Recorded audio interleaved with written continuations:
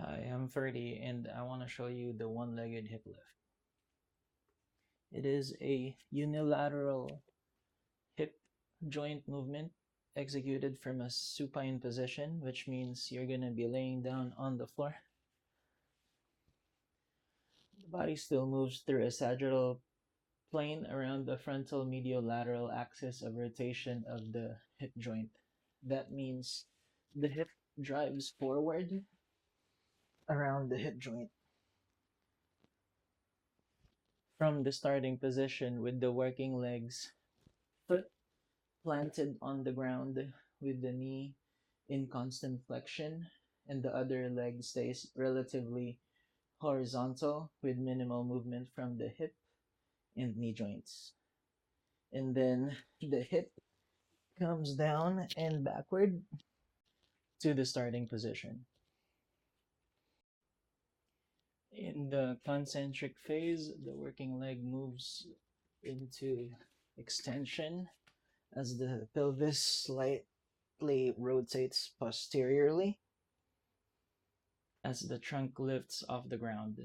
Because of the angle and the limitation of the supine position, the gluteus maximus becomes the primary mover or agonist of the movement as it contracts concentrically during liftoff.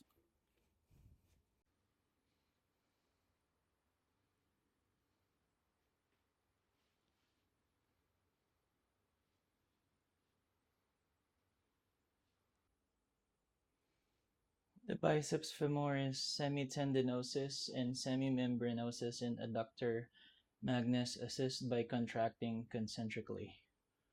The quads contract isometrically to support the stability of the body throughout the movement.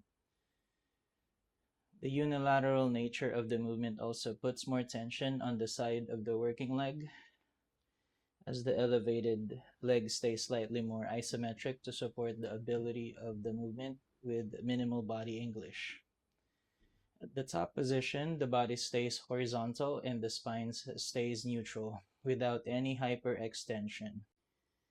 In the eccentric phase, the hips come back down as the glutes and hamstrings lengthen and contract eccentrically in controlled flexion as the body comes back to the starting position. The pelvis rotates anteriorly around the hip joint.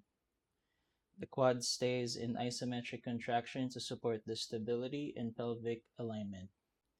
And that completes the one-legged hip lift. Do some reps and get those glutes to work.